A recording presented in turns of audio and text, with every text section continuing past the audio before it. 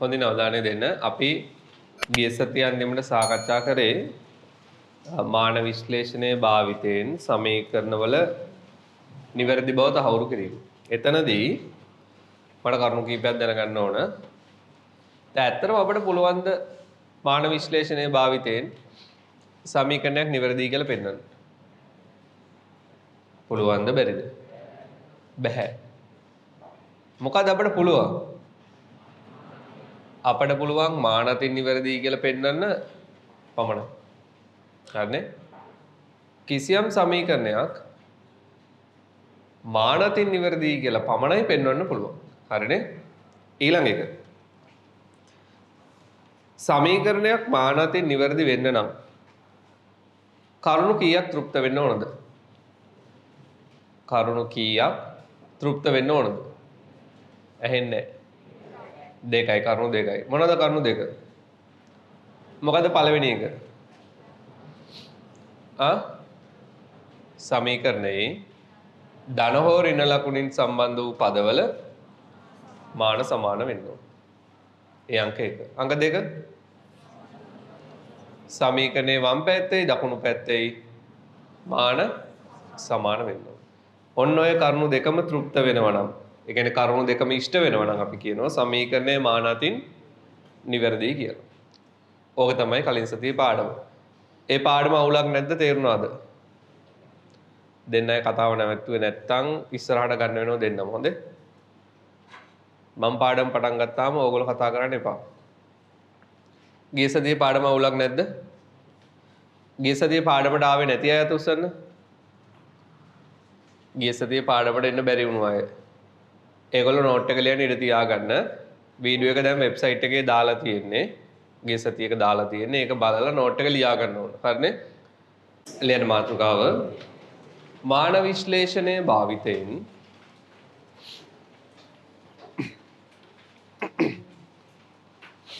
මාතෘකාව මාන විශ්ලේෂණය භාවිතයෙන් සමීකරණවල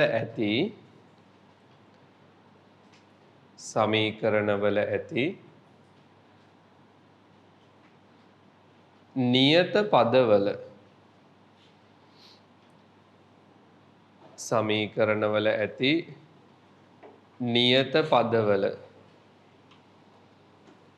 මාන සෙවීම.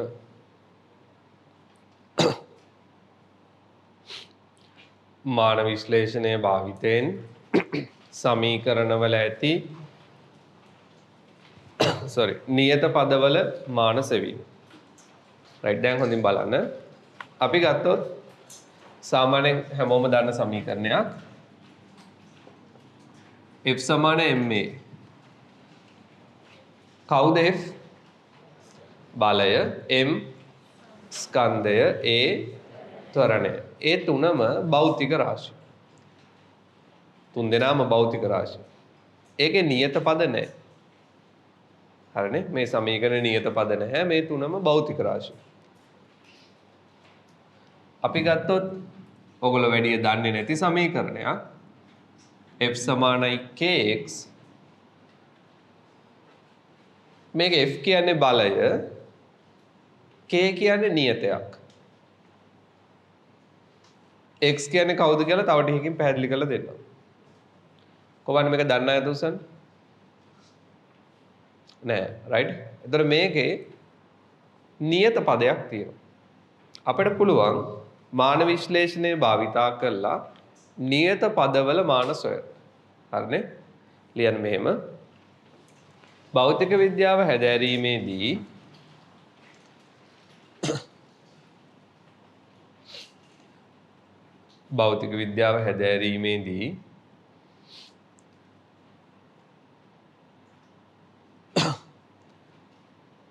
අපට හමුවන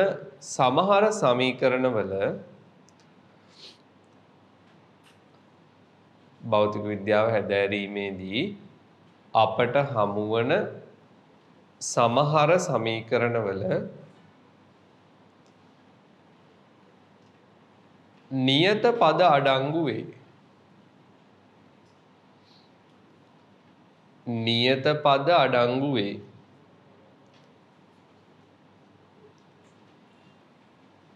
එම නියත පදවල මාන සෙවීම සඳහා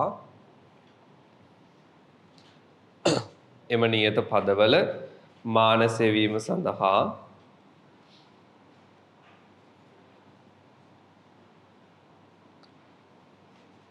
මාන විශ්ලේෂණය භාවිතා කළ හැක. එම නියත පදවල මාන සෙවීම සඳහා මාන විශ්ලේෂණය භාවිතා කළ හැක.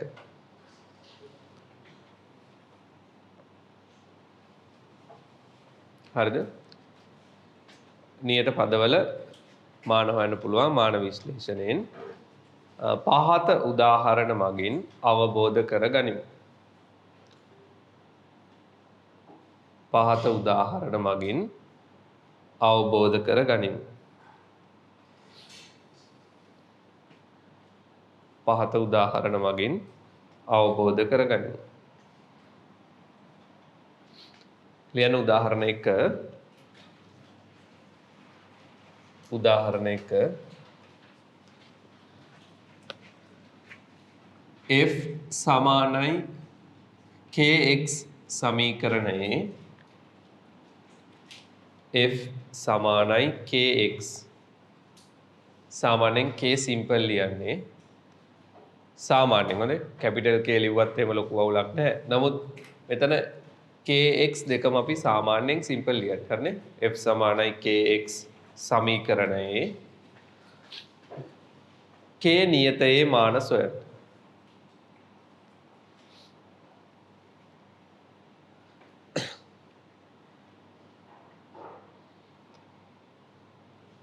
k නියතයේ මාන සොයන්න. right දැන් හොඳින් අහගෙන ඉන්න හොඳ.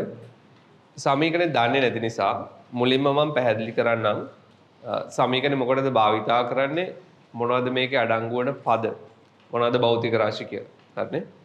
මේ සමීකරණය අපි භාවිතා කරන්නේ ප්‍රත්‍යස්ත දුනු ස්ප්‍රින් එකක් ප්‍රත්‍යස්ත දුනු ස්ප්‍රින් එකක්. එහෙම නැත්නම් ප්‍රත්‍යස්ත තන්තු ඉලාස්ටික් නූල් වගේ දේවල් වලට.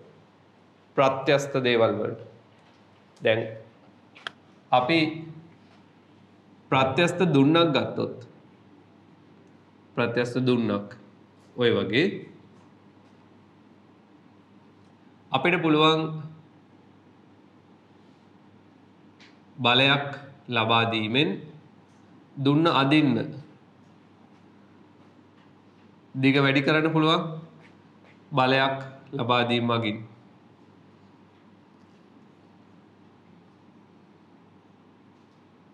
ඔය විදිහට බලයක් දීලා දිග වැඩි කරන්න පුළුවන්. මේක තමයි ආරම්භක දිග. අපි බලය මගින් තමයි දිග වැඩි කරේ.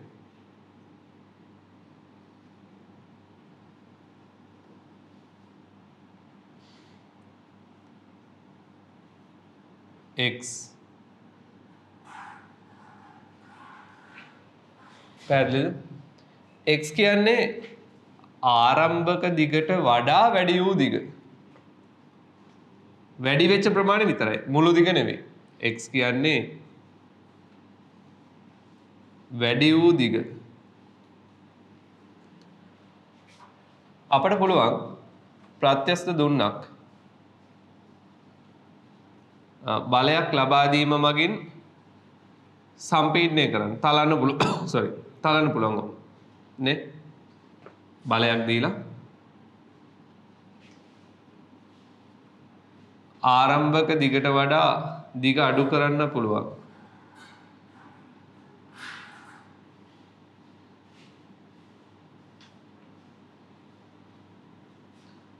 x ආරම්භක දිගට වඩා අඩු කරන්න පුළුවන්. එතකොට වැඩිවීමක් වුණත් සංකේතය x අඩුවීමක් වුණත් සංකේතය x. හරිනේ? ඒක අඩු වූ දිග. හදිසි කෝල් එකක්ද දන්නේ නැහැ. සයිලන්ට් කරගත්තා නම් හොඳයි. අඩු වූ දිග.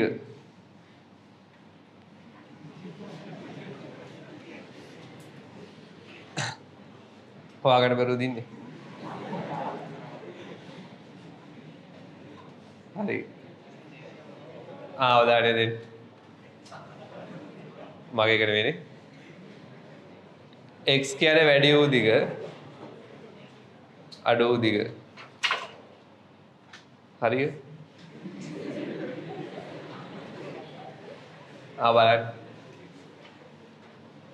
ආය පාඩමට එන්න. ආය කෝල් එකක් ආවොත් hina වෙමු. x කියලා මෙතන සලකන්නේ අපි සංකේතය පොදුවේ දිග වැඩිවීමක් වුණත් අඩු වීමක් වුණත් පොදු සංකේතය අපි දාන්නේ x. හැබැයි මෙවට වෙනම වචන තියෙනවා. අපි වැඩි වූ දිගට කියන්නේ විතතිය කියලා. විතතිය. එතන මේ වචනේ තේරුම දැනගෙන ඉන්න ඕන. විතතිය කියන්නේ ආරම්භක දිගට සාපේක්ෂව වැඩි වූ ප්‍රමාණය. මේ පැත්තට අඩු වූ දිගට අපි කියන්නේ සම්පීඩනය කියලා. සම්පීඩනය. එතකොට සම්පීඩනය කියන වචනේ දැක්කාම ඔයා දන්නවා රයිට්. ආරම්භක දිගට සාපේක්ෂව අඩු වීම තමයි සම්පීඩනය කියන්නේ. පැහැදිලිද? අනිත් එක ප්‍රත්‍යස්ත තන්තුවක් ගත්තොත් තන්තුව අදින්න පුළුවන්. හැබැයි තලන්න පුළුවන්ද? බැහැ. එතකොට ප්‍රත්‍යස්ත තන්තු වල සමීකරණ භාවිතා වෙන්නේ දිග වැඩි වීමට විතරයි. මොකද තන්තුවේ දිග අඩු කරන්න බෑ අපිට. හරිනේ? දුන්නක් වැඩිවීම වගේම අඩුවීම දෙපැත්තරම වෙන්න පුළුවන්. තේරෙනවද? ඊළඟ දේ දිග වැඩි කිරීමට බලය දෙන විදියයි දිග අඩු කිරීමට බලය දෙන විදියයි වෙනස්. දිග වැඩි කරන්න නම් අක්ෂය දිගේ ඉවතට බලය දෙන්න ඕන. අඩු කරන්න නම් අක්ෂය දිගේ දෙසට බලය දෙන්න ඕන. මේකට අපි කියන්නේ ආතති බලය. ආතති බලය. ආතන්‍ය බලය කියලාත් කියනවා. මේකට කියන්නේ සම්පීඩක බලය එහෙම නැත්නම් තෙරපුම් බලය. මේ වචන වැදගත්. දිග වැඩි වෙන්න නම් අපි ලබා දෙන්න ඕන ආතති බලයක්. දිග අඩු වෙන්න නම් අපි දෙන්න ඕන මොන බලයක්ද? සම්පීඩක බලය. ඔන්න ඔය දේවල් තමයි මේ සමීකරණය අඩංගු වෙන්නේ. F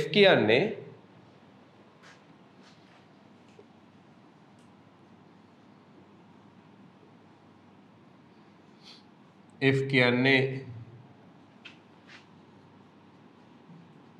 ආතති හෝ සම්පීඩක බලය.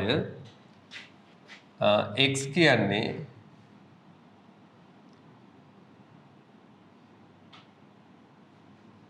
කියන්නේ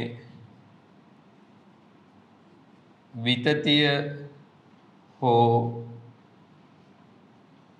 සම්පීඩනය. විතතිය හෝ සම්පීඩනය සංකේතය පොදුයි. දැන් ආතති බලයක් වුණත් සම්පීඩක බලයක් වුණත් F, විතතියක් වුණත් සම්පීඩනයක් වුණත් x. හරිනේ? පොදුවේ k තමයි නියතය. kට අපි කියන්නේ ටික බර වචනෙන් කිව්වොත් ප්‍රත්‍යස්තතා නියතය. සරලව කිව්වොත් දුනු නියතය. k කියන්නේ දුනු නියතය.